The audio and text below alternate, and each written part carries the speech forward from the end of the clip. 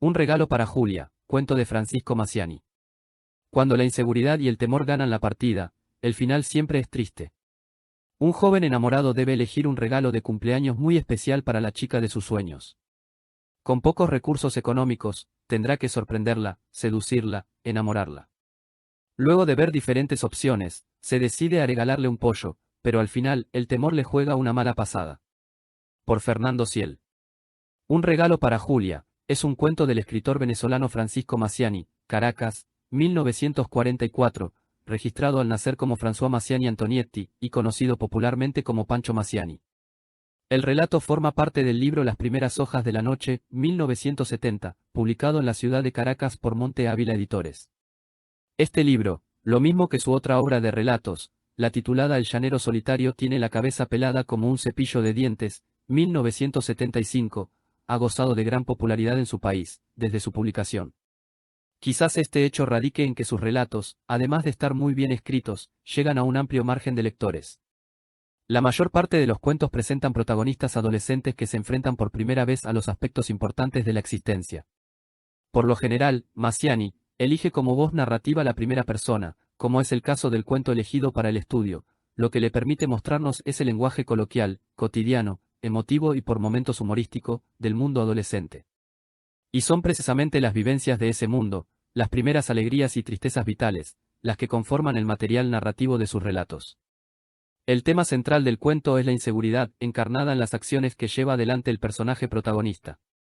En pocas palabras, el argumento es el siguiente: Juan, un joven por demás indeciso y vacilante, se enfrenta a la dificultad de elegir un regalo de cumpleaños para su amiga Julia, de quien está enamorado, aunque no se lo exprese de forma explícita. Su inexperiencia e improvisación lo llevan a elegir como regalo un pollo que al final no se anima a entregar. Juan, que además de ser el protagonista es el narrador de la historia, elige de los sucesos que vivió en el pasado los elementos que nos va a referir a los lectores. Comienza el relato con una breve reflexión acerca del motivo que va a desencadenar la acción, la elección del regalo para Julia. Luego, en lo que podríamos catalogar como un segundo momento de una estructura interna del relato, refiere la visita que hace a la casa de la chica, una visita previa al día de su cumpleaños, que nos servirá a los lectores para ir conociendo las características de los dos personajes centrales y también las características de Carlos, un personaje únicamente referido en la narración. Este momento se cierra con el acuerdo al que llega la pareja de amigos, de encontrarse el otro día a las 3:30 en la fuente de soda. El tercer momento de la estructura interna va a tener lugar al otro día de la visita, o sea, en el día en que se dará el encuentro. Cuenta el periplo de Jorge por diferentes sitios y también sus reflexiones, en busca del regalo adecuado. Es aquí donde ve un conejo y de forma inverosímil se le ocurre que el regalo ideal para Julia sería un pollo. Una vez que Juan ya tiene en sus manos el regalo indicado, pasamos al cuarto y último momento de la narración, el más extenso y el de mayor tensión del relato, el momento de la cita en la fuente de soda. El motivo que va a desencadenar la acción del cuento, y que ocupa las reflexiones del protagonista en los primeros 2 párrafos del texto, está presente desde el mismo título de la obra. Un regalo para Julia, es un título emblemático, que adelanta la temática central de la narración y que muestra cuál será el cometido del protagonista, porque si bien en el título aparece el nombre de la chica, en el relato lo que conoceremos en profundidad serán los procesos psicológicos, el universo personal del joven protagonista. Ni siquiera es necesario que terminemos de leer el primer párrafo del cuento, para darnos cuenta de que está narrado con profunda naturalidad. La voz narrativa, en primera persona, es la del adolescente, que lejos de todo esteticismo elige para expresarse el lenguaje coloquial y cotidiano de los jóvenes venezolanos. Luego de hacer una breve reflexión y consideración acerca de que sería bueno regalarle a Julia, Juan hace referencia a Carlos, un joven que funcionará en la narración como antagonista, pero que solo aparecerá referido, en ningún momento formará parte de la acción del relato. De todas maneras, Carlos es descrito, a grandes rasgos, como un joven grosero, algo más experimentado que Juan, pero quizá lo fundamental del personaje, lo que más lo caracteriza, es que también pretende ser novio de Julia. No hay una descripción física de este personaje ausente, pero tampoco la hay de Juan ni de Julia. Este es un cuento donde hay una prevalencia de los rasgos etopéxicos, psicológicos, de los personajes sobre los rasgos grafopéxicos, físicos. En la elección de los sucesos que nos va a contar, Juan opta por referirse a la visita que hace a la casa de Julia.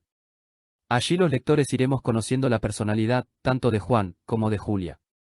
La de él la conoceremos más en profundidad, porque como narrador se irá encargando de mostrarnos cómo es el desarrollo de su pensamiento frente a los acontecimientos. Es un narrador muy directo con el lector, continuamente lo tiene presente y hay momentos en que hasta le explica por qué elige referir determinado hecho, por ejemplo, cuando dice, y yo seguía con el tambor. Eso lo cuento para que vean. Julia se muestra como una muchacha desentendida, pero para nada ingenua, le gusta mostrarse, luciendo poses seductoras ensayadas de antemano. Carlos, el chico antagonista, quien también pretende el amor de Julia, es una gran sombra en los pensamientos de Juan y también como una gran sombra se proyecta en el relato, ya que nunca estará presente en la acción, solo aparecerá referido. Si bien Juan a lo largo del relato nunca dice explícitamente estar enamorado de Julia, hay momentos de la narración que así lo muestran, por ejemplo, este.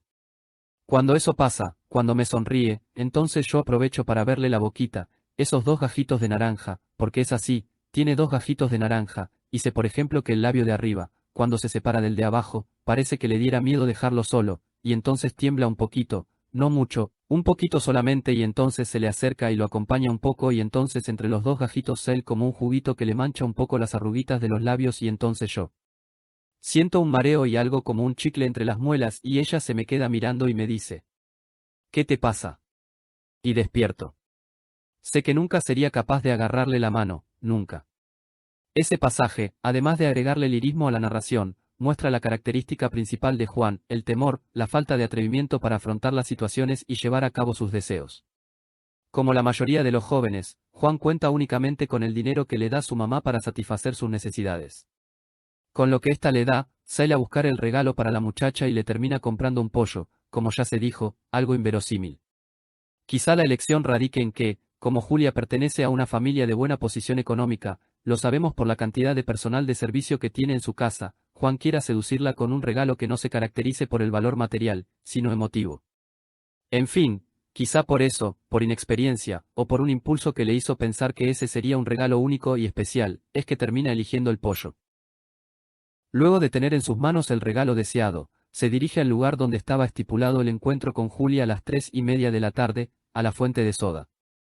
Allí pide una merengada de chocolate y se fastidia con el mozo del lugar, quien no deja de mirar cómo se mueve la caja con el pollo.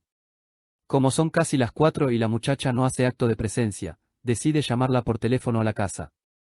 No la encuentra, la mamá de la chica, con quien tiene una breve conversación, le dice que ha salido.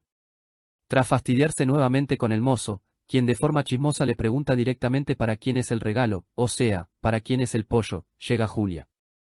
La llegada de la muchacha es casi cinematográfica, baja de un impresionante buick negro con un vestido de pepas y se gana todas las miradas de los hombres que estaban en la fuente de soda. El impacto de esa llegada, los celos que siente por las miradas ajenas y los nervios del momento, hacen que a Juan le dé una vaina, saque el pollo de la caja y lo esconda en el bolsillo de su chaqueta. Lo primero que le pregunta Julia es si lleva mucho tiempo allí, pero Juan, temeroso, se siente intimidado y miente diciendo que acaba de llegar. De aquí en más, asistiremos a la lucha psicológica, y también física, del protagonista, al verse obligado a enfrentar la situación con el pollo en el bolsillo. Los nervios, el verse forzado a mantener el brazo en la misma posición para que el pollo no fuera a gritar, el tener que contestar al interrogatorio de Julia sobre la caja vacía, son factores que se conjugan y hacen que Juan se termine descompensando. De todas maneras, también en este momento de la narración, Massiani se las ingenia para introducir uno de esos pasajes, casi líricos, con que logra mostrar el enamoramiento del adolescente. Después se pasó la lengua por la boca, se limpió la manchita de Coca-Cola que tenía en los labios, y se me quedó mirando sonreída. Inmediatamente comencé a sentirme como perdido. Como levantado del suelo. Lejos y al mismo tiempo muy cerca, tanto, que podía contarle los lunares que tiene en la nariz, esos punticos como marroncitos, como rosados que tiene juntados en la nariz, y mientras más la miraba, ella más se sonreía y yo volaba más lejos de ella, con la sonrisa, sin ella, con la sonrisa sola, flotando en el aire, con su sonrisa de espuma roja, y después que había volado con la sonrisa regresaba a su cara, le cubría toda su cara y yo me daba cuenta que estaba ahí, frente a ella, y me entraba en el vientre un miedito dulce. Era un miedito como cuando vamos en un auto y de golpe el auto llega a una subida, y cae, y a ti te entra algo, se te abre algo en la barriga, y se te llena la barriga de ese miedo dulce que después sientes que se te escapa y te lo deja como vacío, como con un hambre raro. Luego, cuando Julia pregunta insistentemente a Juan qué le sucede, porque nota su descompensación física, este se fastidia y cambia emocionalmente de forma radical. A partir de ese momento, ya no defenderá a la indefensa Julia, ante el bocón de Carlos, sino todo lo contrario. Juan, al sentir que sus sueños se fuman, piensa en servir en bandeja a la muchacha a su antagonista para que él haga con ella, incluso peores cosas de las que se le habían ocurrido. La salida de Julia de la fuente de soda es muy similar a como fue su entrada, se va captando todas las miradas con sus movimientos provocadores, se sube al Buick negro y se pierde de vista en la esquina del lugar. Juan no tiene tiempo ni siquiera de reflexionar sobre por qué suceden esas cosas en la vida, porque se le acerca nuevamente el mozo a su mesa para preguntarle si le había dado miedo regalarle el pollo a la chica. No sabe qué hacer, solo atina a meter la cabeza entre los brazos.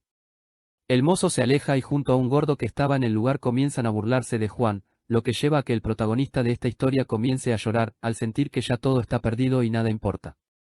El relato se cierra cuando el muchacho saca el pollo del bolsillo y luego de unas confusas impresiones primarias, descubre aterrado que el animal ha muerto. Una anécdota, contada por el propio Massiani, que, creo, viene al caso. Hace un tiempo, mirando en YouTube algunos vídeos de, y sobre, Francisco Massiani, me encontré con un testimonio del propio autor, por demás interesante. El vídeo, subido por Juan Carlos Cabrano Enríquez, titulado, El día que no conocí a Cortázar, es una grabación que se le hace al autor venezolano en su casa en la Florida, Caracas, donde este cuenta sobre el día en que se fue a encontrar con Cortázar. Allí Massiani refiere que, en marzo de 1969, cuando vivía en París, en el Hotel Vesper, recibió una llamada telefónica del fotógrafo Antonio Gálvez, quien le refirió que Julio Cortázar quería conocerlo, porque había leído un artículo suyo en la revista Imagen, titulado Después de Gálvez, que le había encantado. El encuentro se llevaría a cabo un día viernes a las 4 de la tarde en el apartamento de Antonio Gálvez. Hasta allí se dirigió Massiani, pero, de forma similar a lo que le acontece al personaje de su ficción, no se decide a dar el paso definitivo, no llama a la puerta de la casa y termina volviéndose para su hotel y el encuentro con Cortázar no se da. Me parece muy significativa la anécdota porque es un hecho prácticamente contemporáneo a la ficción de Un regalo para Julia, texto publicado apenas un año después de ese acontecimiento. El miedo que embarga a Juan en la ficción es el mismo que embargó a su creador en la realidad.